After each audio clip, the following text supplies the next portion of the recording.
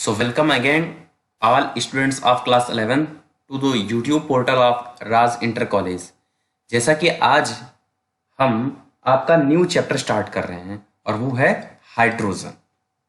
तो क्लास 11 का केमिस्ट्री का ये चैप्टर है और आज से हम लोग इसको अच्छे से पढ़ेंगे। आइए सबसे पहले इस चैप्टर का इंट्रोडक्शन ले लेते हैं, या यूँ कहें कि हाइड्रोजन का इंट्रोडक्शन ले लेते हैं।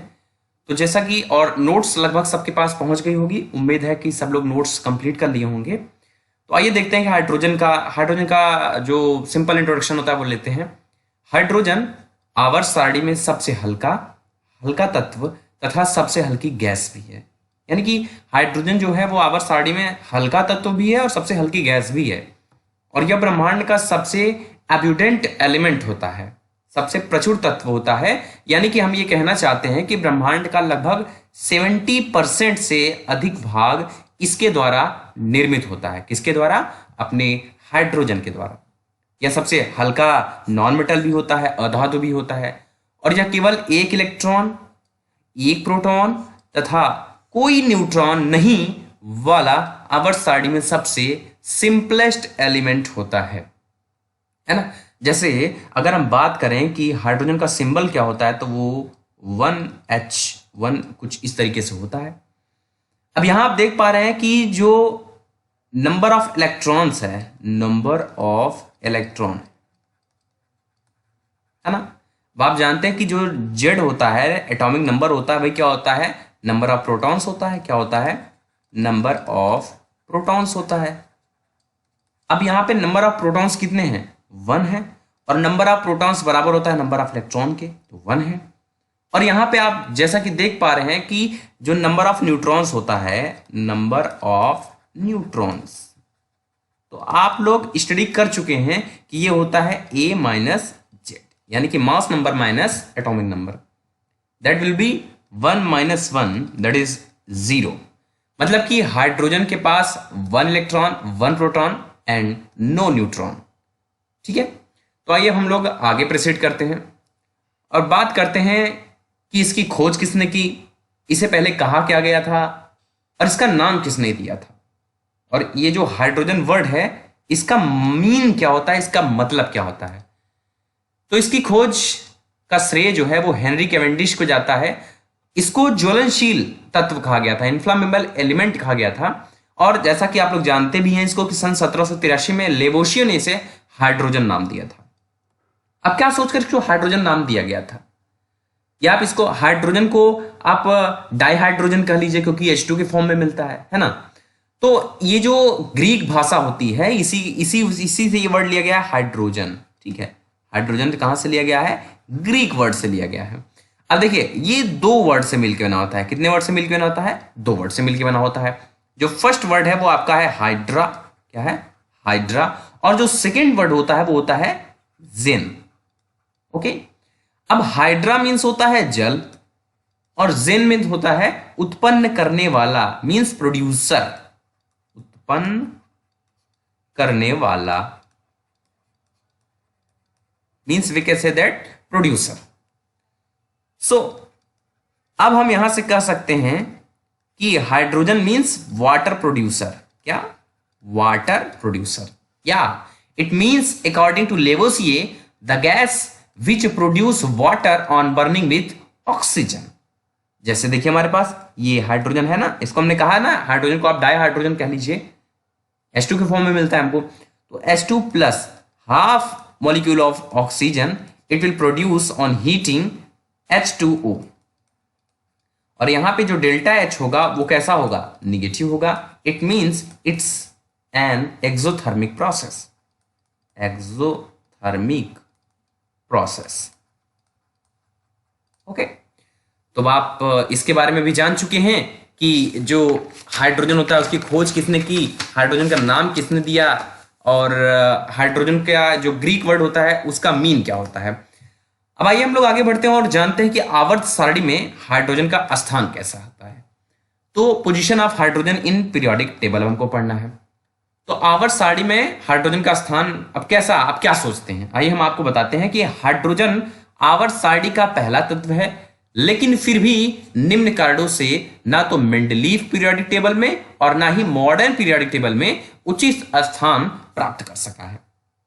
अब क्यों उचित स्थान नहीं प्राप्त कर सका? देखिए, अब आप लोग जानते हैं 17th के साथ और फर्स्ट ए के साथ यानी कि एल्कली मेटल्स के साथ ये रिजेंबल करता है और आप लोग को बताया भी गया है। तो आइए सबसे पहले हम लोग देखते हैं कि resembles with first A, that is alkali metals. Alkali metal के साथ ये कैसे रिजेंबल करता है? तो सबसे पहला जो रिजेंबलिंग हम देखेंगे वो देखेंगे इलेक्ट्रॉनिक कॉन्फ़िगरेशन के थ्रू देखेंगे। अब जैसे कि आप जानते हैं जो एल्कली मेटल्स होता है, जो आपका एल्कली मेटल्स यानी कि हम बात कर रहे हैं क्षारीय धातु की हिंदी में, क्षारीय धातु जो हाइड्रोजन होता है वो क्षारीय धातुओं की भांति, अब देखिए क्षारीय धातुओं की बात, हाइड्रोजन के आउटर मोस्ट सेल वाह्यतम कोश में केवल और केवल एक इलेक्ट्रॉन होता है ना। जैसे अगर हम बात करें, अरे भाई एल्कली मेटल कौन कौन होंगे? यही होंगे ना, हा ली ना करब से फरियाद। तो अगर हम हाइड्रोजन की बात करते हैं, एकदम ध्यान से देखिएगा, हाइड्रोजन की बात करें तो जो इसका इलेक्ट्रॉनिक कॉन्फ़िगरेशन होता है वो होता है 1s1, है ना। अगर हम लोग लिथियम की बात करें, लिथियम की बात करें तो इसका भी एटॉमिक नंबर कितना होता है? 2s1। अगर हम लोग सोडियम की बात करें, सोडियम की, तो इसका जो एटॉमिक नंबर की बात नहीं, इलेक्ट्रॉनिक कॉन्फ़िगरेशन की बात कर रहे हैं, सॉरी, तो सोडियम का इलेक्ट्रॉनिक कॉन्फ़िगरेशन कितना होगा? 3s1। हम लोग आउटर मोस्ट सेल की बात कर रहे हैं। और इसी प्रकार पोटेशियम की अगर बात करें तो ये क्या हो जाएगा? 4s1। ऐसे ही और भी हैं, एलिमेंट्स हैं। तो आप जैसे कि देख रहे हैं इसके आउटर मोस्ट सेल में कितने इलेक्ट्रॉन है? केवल एक इलेक्ट्रॉन है। कितने इलेक्ट्रॉन? एक इलेक्ट्रॉन। कितने इलेक्ट्रॉन? एक इलेक्ट्रॉन। कितने इलेक्ट्रॉन? एक इलेक्ट्रॉन, है ना। और अगर अब जैसे इसका मतलब आप समझ लीजिए, इतना तो समझ लीजिए कि जो ग्रुप फर्स्ट होता है इन मॉलिक्यूल्स की general valence shell electronic configuration अगर हम बात करें तो वो क्या हो जाएगा? ns1। जहां पे अब यहां देखिए n यहां पे क्या है? 1 है। यहां पे n क्या है? 2 है। यहां पे n क्या है? 3 है। यहां पे n क्या है? 4 है। मतलब कि अब यहां पे ये जो ns1 की बात हम लोग कर रहे हैं कि इसका जो जनरल इलेक्ट्रॉनिक कॉन्फ़िगरेशन होता है ns1 होता है। यहां पे n को आप चाहे कह लीजिए कि ये पीरियड नंबर है, क्या पीरियड नंबर चाहे कह लीजिए, या कह लीजिए principal quantum number of valence shell, क्या कह लीजिए? Principal quantum number of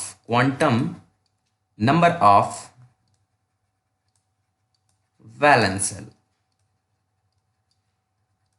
okay, तो जो आपको अच्छा लगे, अच्छा क्या दोनों होता ही है। तो आइए अब आगे बढ़ते हैं और हम लोग देखते हैं इसका इलेक्ट्रो पॉजिटिव कैरेक्टर। ये हम लोग देख रहे हैं कि कैसे फर्स्ट एल्कली मेटल के साथ रिजेंबल करता है। जैसे एल्कली मेटल्स में क्या होता है कि आप देखिए आउटर मोस्ट सेल में कितने इलेक्ट्रॉन है? एक इलेक्ट्रॉन है। सिमिलरली उसी तरह हाइड्रोजन के भी आउटर मोस्ट सेल में कितने इलेक्ट्रॉन दिख रहे हैं? एक इलेक्ट्रॉन दिख रहे हैं। तो ये रिजेंबल कर रहा है किसके साथ? एल्कली मेटल्स के साथ। और भी कैरेक्टरिस्टिक्स हैं, जैसे अगर हम बात करें इलेक्ट्रो पॉजिटिव कैरेक्टर्स की, तो जो एल्कली मेटल्स होते हैं उन्हीं की भांति हाइड्रोजन भी एक इलेक्ट्रॉन लूज करके पॉजिटिव आयंस यानी कि कैटायंस का निर्माण करता है या बनाने की प्रवृत्ति रखता है। जैसे अगर हम एल्कली मेटल्स की बात करें तो हमारे पास लिथियम जो है, लिथियम क्या करता है? लिथियम एक इलेक्ट्रॉन लूज करके पॉजिटिव आयंस बना लेता है। ऐसे अगर हम बात करें सोडियम की, तो सोडियम के बारे में आप लोग बचपन से पढ़ते आ रहे हो, ये एक इलेक्ट्रॉन लूज करता है और ये भी क्या बना लेता है? कैटायंस बना लेता है अपना। ऐसे ही अगर पोटेशियम की बात करें तो इसका भी वही हाल है, एक इलेक्ट्रॉन लूज करेगा और पोटेशियम पॉजिटिव आयंस बना लेगा यानी कि कैटायंस बना लेगा। मतलब कि जैसे जैसे ये लोग एक इलेक्ट्रॉन लूज करके अपना पॉजिटिव आयंस बना ले रहे हैं, सिमिलरली वैसे ही जो हाइड्रोजन होता है ये भी पॉजिटिव आयंस बना लेता है ऑन लूजिंग 1 इलेक्ट्रॉन। तो उम्मीद है कि आप लोग इसको अच्छे से समझ रहे होंगे। अब आगे हम बढ़ते हैं और फर्दर प्रॉपर्टी की बात करते हैं कि कैसे रिजेंबलिंग होता है एल्कली मेटल्स के साथ। तो अब नेक्स्ट प्रॉपर्टी हम लोग देख रहे हैं ऑक्सीडेशन नंबर। तो भैया जो ऑक्सीडेशन नंबर के बारे में अगर बात करें तो कंबाइंड फॉर्म में जो एल्कली मेटल्स होते हैं उनकी ऑक्सीडेशन नंबर +1 होती है। Means we can say that hydrogen can exhibit +1 oxidation number, it can exist in the form of H positive, है ना। तो मींस इसका जो ऑक्सीडेशन नंबर होता है कंबाइंड फॉर्म में, कंबाइंड फॉर्म की बात कर रहे हैं, वो क्या होता है? +1 होता है। चलिए आगे बढ़ते हैं। उम्मीद है कि सब आप लोग समझते हुए चल रहे होंगे। अब आगे बात करते हैं reaction with electronegative elements, means we can say that non metals. तो एल्कली मेटल्स की तरह हाइड्रोजन भी ऑक्सीजन, सल्फर तथा हैलोजन के साथ रिएक्शन करके रिस्पेक्टिवली ऑक्साइड, सल्फाइड और हाइलाइट्स बनाता है। अब ये कैसे हम लोग समझेंगे? जैसे बात करते हैं हम लोग ऑक्सीजन की, ऑक्सीजन की बात करते हैं। इनके साथ जो सोडियम होगा वो इनके साथ जब रिएक्शन कर लेगा तो क्या बनाएगा? अब आप लोग जानते हैं कि Na पे क्या होता है? पॉजिटिव होता है, ऑक्सीजन पे 2 निगेटिव, क्रिस क्रॉस, तो क्या बना लेगा? ऑक्सीजन का इधर आएगा तो Na2O बन जाएगा। तो ये क्या बना लेता है? Na2O बना लेता है। ऐसे अगर हम पोटेशियम की बात करें तो पोटेशियम से ऑक्सीजन जो है वो अभिक्रिया करके क्या बना देगा? अपना ऑक्साइड बना लेगा, यानी कि क्या बना लेगा? K2O बना लेगा। ऐसे अगर हम बात करें, अब जैसे ये देखिए एल्कली मेटल्स क्या बना रहे हैं? अपने रिस्पेक्टिव ऑक्साइड बना रहे हैं। सिमिलरली वैसे भी जब हाइड्रोजन ऑक्सीजन के साथ रिएक्शन करता है, अभिक्रिया करता है, तो वो भी क्या बनाता है? अपना ऑक्साइड, यानी कि हम बात कर रहे हैं H2O की। ओके, तो आप देख रहे हैं कि जैसे जैसे एल्कली मेटल्स ऑक्सीजन से रिएक्शन कर रहे हैं वो अपना ऑक्साइड बना रहे हैं, सेम वैसे हाइड्रोजन भी अपना ऑक्साइड बना रहा है। अब आइए सल्फर की बात करते हैं। सल्फर से रिएक्शन करने पे एल्कली मेटल्स क्या बनाते हैं? तो अगर हम यहां से सोडियम की बात करते हैं तो सोडियम जब सल्फर से रिएक्शन करता है तो यहां से क्या बना लेगा? Na2S बना लेगा। ऐसे सल्फर से जब पोटेशियम रिएक्शन करता है तो क्या बना लेगा? K2S बना लेगा। जैसे एल्कली मेटल्स सल्फर के साथ रिएक्शन करके सल्फाइड बना रहे हैं, सिमिलरली वैसे ही हाइड्रोजन भी जो होता है वो इनके साथ रिएक्शन करके अपने सल्फाइड यानी कि हाइड्रोजन सल्फाइड बनाता है ना?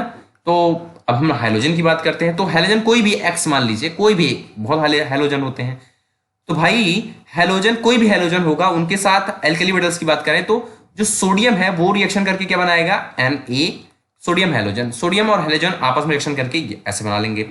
ऐसे अगर हम बात करें तो पोटेशियम की, तो क्या बना लेगा? अपने हैलाइड्स बना लेगा। तो क्या बना लेगा? KX बन जाएगा, है ना? अब ऐसे ही बात करें अगर हाइड्रोजन की, तो ये भी हैलोजन के साथ अभिक्रिया करके क्या बना लेंगे? हैलाइड्स बना लेंगे। तो ये क्या हो जाएगा? HX हो जाएगा। तो आप देख पा रहे हैं जैसे जैसे एल्कली मेटल्स रिएक्शन कर रहे हैं वैसे वैसे हाइड्रोजन की भी रिजेंबलिंग होती जा रही है। सो ये अब हम नेक्स्ट प्रॉपर्टी की ओर बढ़ते हैं जो कि है लिबरेशन एट कैथोड, कैथोड पर मुक्ति। कैसे? Like alkali metals hydrogen also get liberated at cathode on electrolysis, है ना? इलेक्ट्रोलिसिस का मतलब आप क्या समझ रहे हैं? इलेक्ट्रोलिसिस का मतलब, अब जैसा कि हम लोग पिछले चैप्टर में पढ़ के आ रहे हैं कि इलेक्ट्रोलिसिस मतलब अपने आयंस में टूट जाना। और कैथोड, कैथोड का मतलब क्या? अभी आपको याद हो तो आपको पढ़ाया गया है कि कैथोड कहाँ होगा भाई? जैसे जहां पे रिडक्शन होगा, where reduction takes place, where reduction takes place, जहां पे रिडक्शन, यानी कि इन अदर लैंग्वेज आप समझ चुके हैं कि गेन ऑफ इलेक्ट्रॉन जब होगा, गेन ऑफ इलेक्ट्रॉन हमने बताया था ना कि oxidation means reduction means gain of electron, oxygen means lose of electron. याद कराया था हमने। Oil, oil means oxidation is, ये आई है, oil means oxidation is loss of electron. और रिग आपको लर्न कराया था, reduction is gain of electron. तो यहाँ पे वेयर रिडक्शन टेक्स प्लेस, जहां पे रिडक्शन होगा वही जो इलेक्ट्रोड होगा वो कैथोड होगा, यानी कि जहां पे गेन ऑफ इलेक्ट्रॉन हो जाएगा समझ लीजिएगा वहां पे क्या होगा? आपका ये कैथोड हो जाएगा। तो आइए हम लोग देखते हैं कि एल्कली मेटल की तरह हाइड्रोजन जो है वो भी इलेक्ट्रोलिसिस होने पर कैथोड पर लिबरेट होता है। ये देखिए कैसे? जैसे Li हमारे पास, Li पॉजिटिव है, तो ये जब एक इलेक्ट्रॉन एक्सेप्ट करता है तो ये क्या बना लेता है? Li बना लेता है ना? ऐसे ही Na पॉजिटिव हमारे पास, तो ये भी जब एक इलेक्ट्रॉन एक्सेप्ट करता है तो क्या बना लेता है? Na बना लेता है। तो अब आप देख रहे हैं कि यहाँ पे जो Li है इसका ऑक्सीडेशन नंबर 0 हो गया है, यहाँ पे Na का 0, तो +1 से 0 जा रहा है ना? यानी कि क्या हो रहा है? ऑक्सीडेशन नंबर कम हो रहा है, और ऑक्सीडेशन नंबर कम होने पर क्या होता है? रिडक्शन होता है ना? यानी कि ये किस पे हो रहा है? कैथोड पे हो रहा है, ठीक है? और यानी कि ये जो लिबरेट हो रहे हैं ये कहां पे हो रहे हैं? कैथोड पे इलेक्ट्रॉन्स हो रहे हैं। समझ रहे हैं? समझ रहे हैं? और ऐसे हाइड्रोजन की बात करें तो हाइड्रोजन पॉजिटिव होता है, ये भी एक इलेक्ट्रॉन जब गेन कर लेता है तो क्या बना लेता है? Half molecule of H2। अब आप जान रहे हैं कि यहां पे भी हाइड्रोजन का एटॉमिक नंबर क्या होगा? 0 होगा। अब देख रहे हैं पॉजिटिव से कहां जा रहा है? 0 की ओर, यानी कि ऑक्सीडेशन नंबर क्या हो रहा है? डिक्रीज हो रहा है। यानी कि यहां पे भी क्या हो गया? रिडक्शन हो गया। यानी कि किस पे हो रहा होगा? कैथोड पे हो रहा होगा। तो उम्मीद है कि जैसे जैसे एल्कली मेटल्स अपना लिबरेट कर रहे हैं वैसे वैसे हाइड्रोजन भी लिबरेट कर रहा है। उम्मीद है कि ये भी अब आप लोग समझ गए होंगे कि किस तरीके से ये प्रॉपर्टी जो है रिजेंबल कर रही हैं एल्कली मेटल्स के साथ। तो अब आइए हम लोग आगे की बात करते हैं। अब आगे हम लोग देखते हैं रिड्यूसिंग नेचर के बारे में, है ना, हाइड्रोजन की रिड्यूसिंग नेचर के बारे में। तो जैसे एल्कली मेटल्स क्षारीय धातुओं की भांति H2 के पास भी रिड्यूसिंग नेचर होती है ना, अर्थात ये रिड्यूसिंग एजेंट की भांति कार्य कर सकते हैं। एग्जाम्पल की बारे में अगर बात करें तो ध्यान से देखिएगा थोड़ा सा। हमारे पास Cu2 है ना, ये मान लीजिए कि हाइड्रोजन से रिएक्शन करता है और बना क्या सकता है, Cu प्लस H2O बनाएगा, है ना। तो आप देख रहे हैं कि यहाँ पे Cu का ऑक्सीडेशन नंबर कितना हो जाएगा। अरे भाई नहीं पता है तो ऐसे कर लो, 2x plus minus 2 equal to 0, ये माइनस 2 है तो क्या हो जाएगा, 2x equal to plus 2 and x equal to plus 1। तो यहाँ पे कॉपर का कितना आ गया, प्लस 1 आ गया। हाइड्रोजन का आप जानते हैं 0 हो रहा है ना। कॉपर का भी यहाँ पे क्या होगा, 0, और हाइड्रोजन का यहाँ क्या होगा, प्लस 1 होगा। नहीं पता है तो ऐसे कर लो ना, 2x plus minus 2 equal to 0, 2x equal to 2, x equal to plus 1, है ना। तो अब आप देख रहे हैं कि जो Cu है वो कहां से कहां जा रहा है, Cu प्लस 1 से 0 की ओर जा रहा है ना। यानी कि यहां पे क्या हो रहा है, रिडक्शन हो रहा है। क्या हो रहा है, रिडक्शन हो रहा है। और इनका रिडक्शन किसके कारण से हो रहा है, हाइड्रोजन के कारण से हो रहा है ना। ये ऑक्सीजन का क्या कर रहे हैं, लॉस कर रहे हैं, हाँ लॉस कर रहे हैं, तो रिडक्शन हो रहा है। तो अब आप देख रहे हैं कि ये क्या हो रहा है, ये जो लॉस किया ऑक्सीजन को, इसको गेन किसने किया, इसको गेन किया हाइड्रोजन ने। क्या अगर हाइड्रोजन इनके ऑक्सीजन को गेन न करता तो क्या इनका रिडक्शन हो सकता था, नहीं हो सकता था। यानी कि यहां पे आप देख रहे हैं कि हाइड्रोजन कैसे वर्क कर रहा है, रिड्यूसिंग एजेंट की तरह वर्क कर रहा है। किसकी तरह, रिड्यूसिंग एजेंट की तरह वर्क कर रहा है। तो आइए अब हम लोग देखते हैं resembles with halogens, that means 17th group. अब आप जानते हैं इसमें क्या क्या आएंगे, जैसे फिर, कल, बाहर, आई, आंटी, ये आप जानते हैं। तो फ्लोरीन, क्लोरीन, ब्रोमीन, आयोडीन, ये सब एलिमेंट किस में आते हैं, 17th ग्रुप में आते हैं। इनके साथ कैसे हाइड्रोजन रिजेंबल करता है, तो वही बात सबसे पहले क्या देखेंगे, इलेक्ट्रॉनिक कन्फिग्रेशन का बेस देखेंगे, है ना।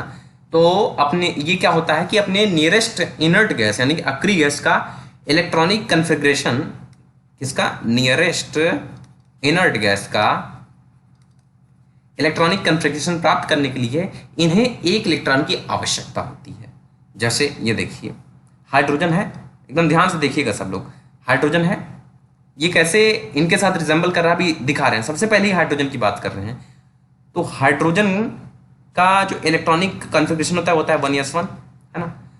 अब ये क्या, प्लस इलेक्ट्रॉन, यानी कि एक इलेक्ट्रॉन क्या करेगा, गेन करेगा। इन्हें एक ही इलेक्ट्रॉन की आवश्यकता होती है, तो ये क्या मान लेगा, H नेगेटिव आयन, है ना। और इस समय इसका जो इलेक्ट्रॉनिक कन्फिग्रेशन हो जाएगा वो क्या हो जाएगा, 1s2 हो जाएगा। मतलब कि ये किसकी कन्फिग्रेशन है एक्चुअल में, ये इसके नियरेस्ट हीलियम, जो कि एक नोबल गैस होता है, इनर्ट गैस होती है, उसकी इलेक्ट्रॉनिक कन्फिग्रेशन है।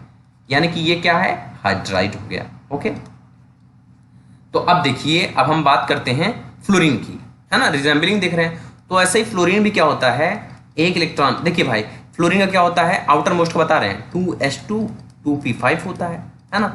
तो अब ये एक इलेक्ट्रॉन जब गेन करेगा तो ये क्या बन जाएगा, ये बन जाएगा F नेगेटिव आयन बन जाएगा। मींस ये क्या बना लेगा, 2s2 2p6। अब ये किसकी कॉन्फ़िगरेशन हो गई, ध्यान से देखो, ये हो गई है आपकी बार नियॉन की कॉन्फ़िगरेशन, है ना। ऐसे क्लोरीन की बात करें तो क्लोरीन में क्या, एक इलेक्ट्रॉन गेन करेगा और क्या बना लेगा आपका, क्लोरीन नेगेटिव। अब यहाँ पे क्लोरीन का कितना था, 3s2 3p5 था, और यहाँ क्लोरीन नेगेटिव का कितना हो गया, 3s2 3p6।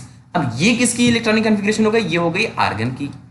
यानी कि ये सब क्या हो गया, हैलाइड्स आयन हो गए। कौन से आयन हो गए, हैलाइड्स आयन हो गए। तो आप देख रहे हैं कि धीरे धीरे अब आपको लगभग बातें क्लियर होती जा रही होंगी, उम्मीद है। तो पहला रिजेंबलिंग हम लोग देख लिए इलेक्ट्रॉनिक कॉन्फ़िगरेशन के बेस पर। अब आइए आगे बढ़ते हैं और हम देखेंगे कि वहां पे क्या देखे थे, इलेक्ट्रो पॉजिटिव कैरेक्टर देखे थे, अब क्या देखेंगे, इलेक्ट्रो नेगेटिव कैरेक्टर। तो ध्यान से देखिएगा इसको भी। हैलोजन और हाइड्रोजन दोनों के पास एक इलेक्ट्रॉन गेन करने की टेंडेंसी होती है ना। हाइड्रोजन के पास भी और हम बात कर रहे हैं हैलोजन के पास, इन दोनों के पास एक इलेक्ट्रॉन गेन करने की क्या होती है, टेंडेंसी होती है। अब जैसे हाइड्रोजन की बात कर रहे हैं, हाइड्रोजन एक इलेक्ट्रॉन गेन करके क्या बना लेता है, H निगेटिव आयन, यानी कि ये क्या बना लेगा, अपने हाइड्राइड बना लेगा। क्या बना लेगा, हाइड्राइड। ऐसे कोई भी किसी मान ले रहे हैं X, कोई भी हाइड्रोजन मान ले रहे हैं, वो जब भी एक इलेक्ट्रॉन गेन करेगा तो हमेशा अपने हैलाइड आयन बना लेगा, है ना, हमेशा अपने हैलाइड आयन बना लेगा। तो जैसे हैलोजेंस की एक इलेक्ट्रॉन गेन करने की टेंडेंसी होती है, सिमिलरली हाइड्रोजन की भी एक इलेक्ट्रॉन गेन करने की टेंडेंसी होती है। अब आइए आगे बात करते हैं आयोनाइजेशन पोटेंशियल की, है ना, आयनन विभव की। तो हाइड्रोजन की आयोनाइजेशन पोटेंशियल, या हम बात कर लें आयोनाइजेशन एंथैल्पी का मान हाइड्रोजन के सिमिलर होता है। यहां भी रिजेंबलिंग है, लेकिन ये जो होता है ये होता है प्रैक्टिकल डेटा होता है ना, प्रैक्टिकल डेटा, प्रैक्टिकली हम लोग इसको देखना पड़ता है। जैसे हम बात करें हाइड्रोजन की, तो विद ग्रुप फर्स्ट अगर देखें तो जो हाइड्रोजन का आयोनाइजेशन पोटेंशियल की वैल्यू होती है वो होती है 1311। तो लिथियम का हम किसके साथ देख रहे हैं, ग्रुप फर्स्ट के साथ, और लिथियम की बात करें तो 520 होती है ना। और अगर हम बात करें सोडियम की तो 496 होती है, और पोटेशियम की 419 होती है। तो आप देख रहे हैं कि आज अभी देखें क्या, अभी और दिखा लें ग्रुप 17 का, फिर दोनों के कंपेरिजन में बात करते हैं। फिर वही बात, हाइड्रोजन का कितना होगा 1311। अब इनका हम देखेंगे किसके साथ, देखेंगे with 17th group, with 17th group के साथ देखते हैं। तो फ्लोरीन का 1311 होगा ये। फ्लोरीन का कितना होता है जानते हैं, 1681। क्लोरीन का कितना होता है पता है, 1255। ब्रोमीन का कितना होता है पता है, 1142। तो आप देख रहे हैं कि यहां पे बहुत ज्यादा डिफरेंस नहीं है, यहाँ हम कह लें कि लगभग सिमिलर हैं, है ना। यहाँ 1311, 1681, 1255, 1142, बहुत ज़्यादा डिफरेंस नहीं है, सब समान है। लेकिन यहाँ देखिए ग्रुप फर्स्ट के साथ, यहाँ देखिए यहाँ बहुत लॉन्ग जंप है ना, बहुत लॉन्ग जंप है। तो इस प्रकार हम कह सकते हैं कि हाइड्रोजन के आयोनाइजेशन पोटेंशियल का मान हैलोजन के सिमिलर होता है। तो इस प्रकार ये 70th ग्रुप के साथ भी रिजेंबलिंग कर रहा है। अब आइए आगे बढ़ते हैं, और आगे हम देखते हैं ऑक्सीडेशन नंबर का बेस। ऑक्सीडेशन नंबर के बारे में अगर बात करें तो both halogens and hydrogen can exhibit -1 oxidation number, यानी कि हाइड्रोजन इन मेटल हाइड्राइड्स सोज, हम यहां ऐसे कह सकते हैं कि hydrogen in metal hydrides shows -1 oxidation state, okay. अब आइए बात करते हैं लिबरेशन एट एनोड, एनोड पर मुक्ति। वहां पे हमने क्या देखा था, लिबरेशन एट कैथोड। तो जब एल्कली मेटल्स के हाइलाइड, ध्यान सुनिएगा, जब एल्कली मेटल्स के हाइलाइड और हाइड्राइड दोनों की बात कर रहे हैं, हैलाइड्स और हाइड्राइड्स का इलेक्ट्रोलिसिस होता है, तो हैलोजन तथा हाइड्रोजन दोनों एनोड पर लिबरेट होंगे। कैसे, ये देखिए, सबसे पहले हम एक हाइड्राइड ले रहे हैं, सोडियम हाइड्राइड ले रहे हैं, तो ये कैसे इलेक्ट्रोलिसिस का होगा, Na पॉजिटिव और H निगेटिव। ऐसे ही कोई भी हैलोजन ले रहे हैं X, तो ये कैसे होगा, ये भी वैसे ही होगा, Na पॉजिटिव और X निगेटिव। तो इलेक्ट्रोलिसिस हो रहा है। हमने क्या बात की कि ये किस पे लिबरेट होंगे, एनोड पे लिबरेट होंगे। तो एनोड, अब आप जानते हो कि एनोड क्या होता है, एनोड होता है वेयर ऑक्सीडेशन टेक्स प्लेस। क्या, वेयर ऑक्सीडेशन टेक्स प्लेस। अब जैसे यहां पे H निगेटिव ब्रेक हुआ है, इलेक्ट्रोलिसिस में मिला है हमको, तो H निगेटिव का जैसे ही ऑक्सीडेशन होगा, है ना, ऑक्सीडेशन होगा, तो क्या बना लेता है, हाफ H2, और ये गैस बनती है। यानी कि ये देखिए, ये किस पे लिबरेट हो रहा है, ये अब की बार चूंकि ऑक्सीडेशन हो रहा है, यानी किस पे लिबरेट हो रहा है, एनोड पे लिबरेट हो रहा है। ऐसे ही कोई भी हैलोजन की बात कर लें, जब इनका भी ऑक्सीडेशन होगा तो ये ऐसे सिमिलरली ऐसे, क्योंकि रिजेंबलिंग देख रहे हैं तो ये भी ऐसे बना लेते हैं, तो ये भी किस पे लिबरेट होंगे, एनोड पे लिबरेट होंगे। अब इसमें आप क्लोरीन का एग्जांपल ले सकते हैं, है ना। क्लोरीन क्या होता है, निगेटिव आयन होता है, तो बस इसका ऑक्सीडेशन जब होगा तो क्या बना लेगा, हाफ Cl2 बना लेगा। और ये किस पे लिबरेट हो रहा है, इसका मतलब ऑक्सीडेशन हो रहा है, यानी किस पे लिबरेट हो रहा है, एनोड पे लिबरेट हो रहा है। आइए आगे बढ़ते हैं, अब हम इनका रिएक्शंस देखेंगे विद हाईली इलेक्ट्रोपॉजिटिव मेटल्स के साथ। आइए देखते हैं reaction with highly electropositive metals. यहां भी रिजेंबलिंग है। कैसी रिजेंबलिंग है बात करते हैं।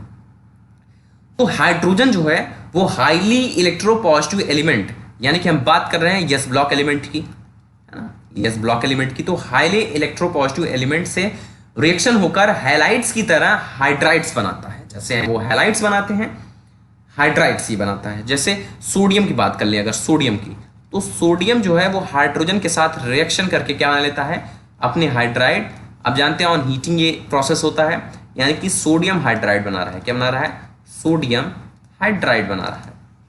ऐसे अगर हम बात करें कोई भी हाइड्रोजन, मान लो एक्स मान ले रहे हैं, कोई भी हाइड्रोजन होगा वो ऑन हीटिंग क्या बनाएगा, सोडियम हैलाइड बना लेगा। क्या बना लेगा, सोडियम हैलाइड।